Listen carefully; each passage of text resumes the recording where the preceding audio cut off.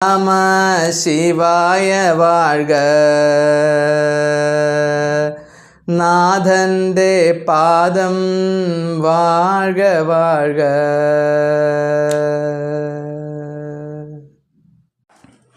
മാണിക്യവാചകസ്വാമിയുടെ തിരുവാചകത്തിലെ 3-ാം അധ്യായത്തിലേക്ക് നാം പ്രവേശിക്കുകയാണ്. ഇതിൻ്റെ പേര് തിരുവണ്ട പകുതി എന്നാണ്. തിരുവണ്ടം എന്ന് വെച്ചാൽ ശ്രേഷ്ഠമായ ബ്രഹ്മാണ്ടം.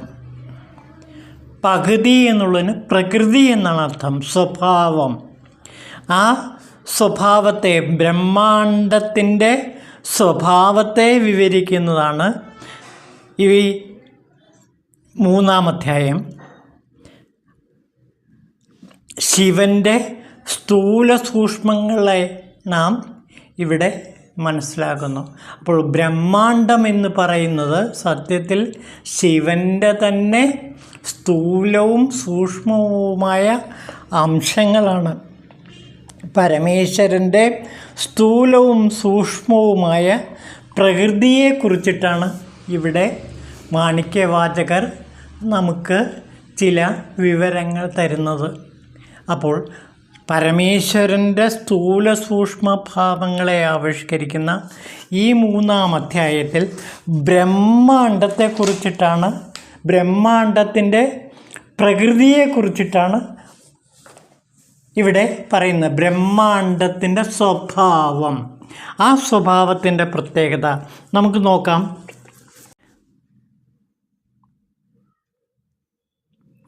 ബ്രഹ്മാണ്ടം എന്ന് പറയുന്നത് പ്രപഞ്ചോദ്ഭവത്തിൻ്റെ മൂലമാണ്.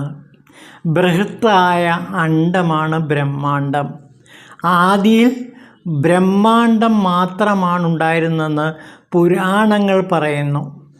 ബ്രഹ്മാണ്ടം പിളർന്ന് വിരാട് പുരുഷനുണ്ടായി. വിരാട് പുരുഷൻ്റെ ഓരോ രോമകൂപങ്ങളിൽ നിന്നും അനേകം അണ്ഡങ്ങൾ വേറെ വേറെ ഉണ്ടായി.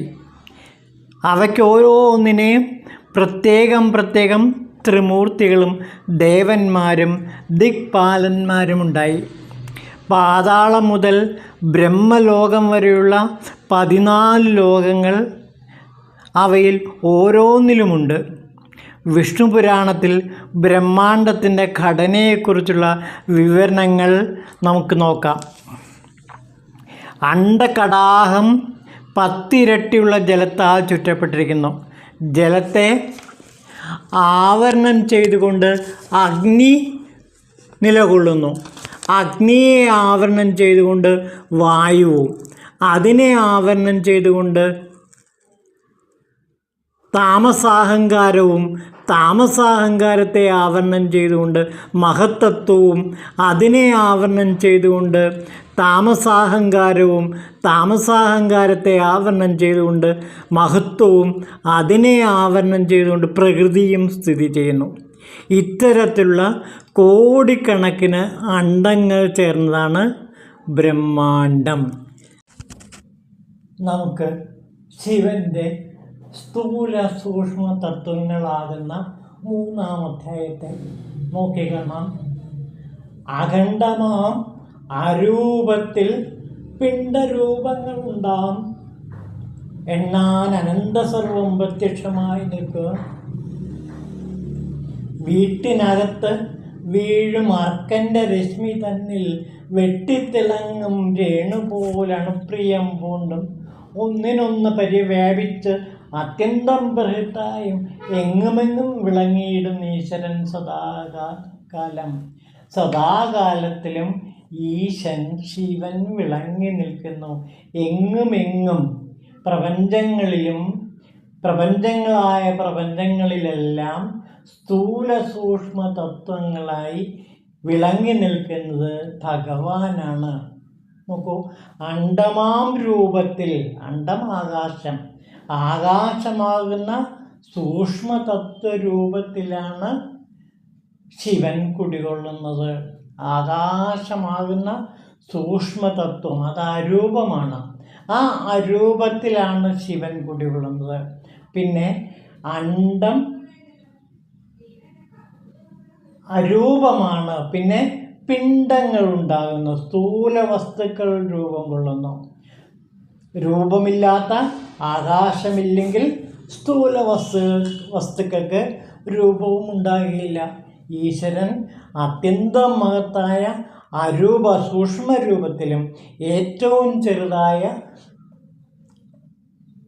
സ്ഥൂല രൂപത്തിലും പ്രകാശിക്കുന്നു എന്നറിയുക. ഏതുപോലെ വീട്ടിനകത്ത് വീഴും അർക്കൻ്റെ രശ്മി. നമ്മുടെ വീട്ടിലെ ജാലകത്തിലൂടെ സൂര്യരശ്മി കടന്നു വരുമ്പോൾ ആ സൂര്യരശ്മിയിൽ നാം വെട്ടിത്തിളങ്ങും രേണു പോലെ ഈ പ്രപഞ്ച വസ്തുക്കളെ കാണുന്നു. വെട്ടിത്തിളങ്ങുന്ന സൂക്ഷ്മമായ അണുക്കൾ. അപ്പോൾ പ്രകാശരശ്മികൾ വീട്ടിലേക്ക് കടന്നു വരുന്ന ആ പ്രകാശരശ്മിയിൽ വെട്ടിത്തിളങ്ങും ആ പൊടി പോലെ അത്രയ്ക്ക് സൂക്ഷ്മമായും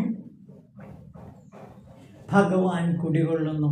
അപ്പോൾ ബൃഹത്തായും അതേപോലെ തന്നെ സൂക്ഷ്മമായും ശിവൻ കുടികൊള്ളുന്നു. അണ്ടമാമ രൂപത്തിൽ പിണ്ഡരൂപങ്ങൾ ഉണ്ടാമെന്നാനന്തം സർവം പ്രത്യക്ഷമായി നിൽപ്പൂ. വീട്ടിനകത്ത് വീഴും അർക്കൻ്റെ രശ്മി തന്നിൽ വെട്ടിത്തിളങ്ങും രേണു പോലെ പ്രിയം പൂണ്ടും ഒന്നിനൊന്നുപരി വ്യാപിച്ച് അത്യന്തം ബൃഹത്തായും എങ്ങുമെങ്ങും വിളങ്ങിടുന്ന ഈശൻ സദാകാലം. എങ്ങുമെങ്ങും വിളങ്ങുന്ന ഈശൻ അത്യന്തം ബൃഹത്തിൽ വച്ച് ബൃഹത്തായി, അണോരടിയാൻ അണുവിൽ വച്ച് അണുവായി, സൂക്ഷ്മത്തിൽ വച്ച് സൂക്ഷ്മമായി ഭഗവാൻ കുടികൊള്ളുന്നു. അപ്പോൾ ഭഗവാന്റെ രണ്ട് അവസ്ഥകളെക്കുറിച്ച് പറയണം. അത്യന്തം ബൃഹത്താണ്, അത്യന്തം സൂക്ഷ്മവുമാണ്. ഈ പ്രപഞ്ചങ്ങളിലെല്ലാം ഭഗവാൻ കുടികൊള്ളുന്നു. ബ്രഹ്മാണ്ടമാകെ ശിവസ്വരൂപമാണ്. അതേപോലെ അണുവിലും ശിവസ്വരൂപമാണ് കുടികൊള്ളുന്നത്. അപ്പോൾ എവിടെയും എന്തിലും എങ്ങും നിറഞ്ഞു നിൽക്കുന്നത് ഭഗവാൻ ശിവനാണ്. ഇനി അടുത്ത ഭാഗം നോക്കൂ.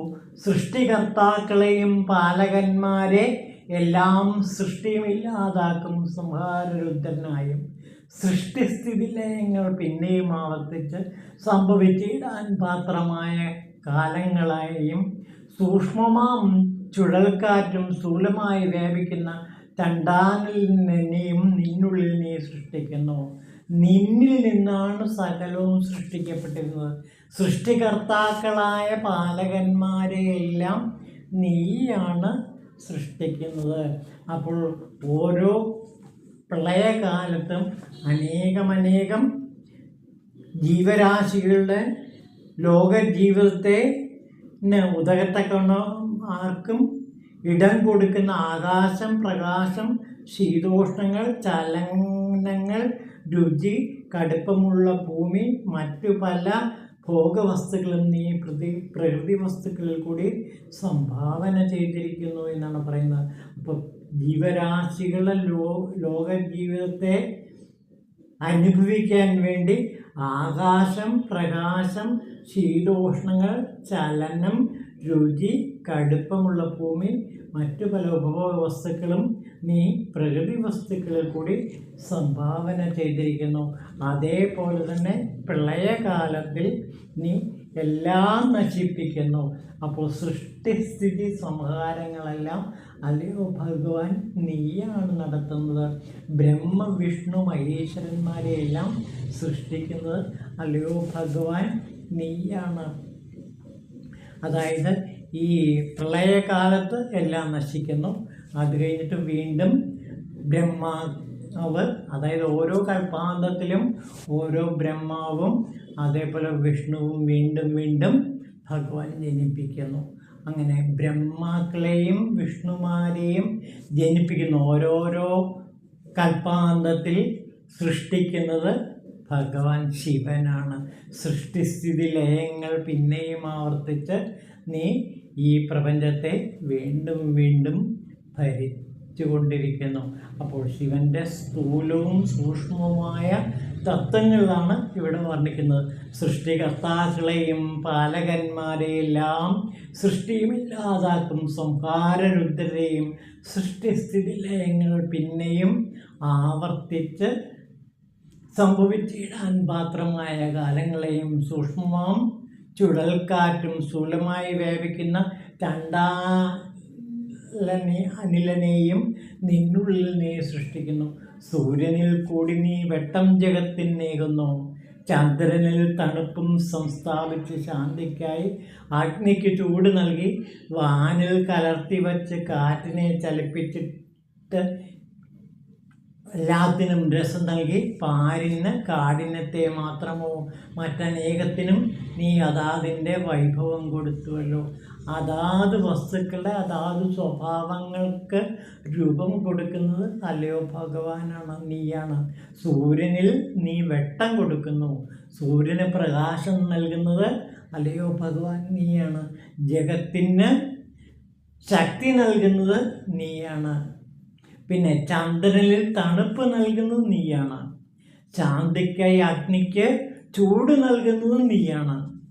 അഗ്നിക്ക് ചൂട് നൽകുന്നത് ഭഗവാനാണ്. വാനിൽ ഇതെല്ലാം കലർത്തി വച്ചിരിക്കുന്നു. കാറ്റിനെ ചലിപ്പിക്കുന്നത് നീയാണ്. എല്ലാത്തിനും രസം നൽകുന്നത് നീയാണ്.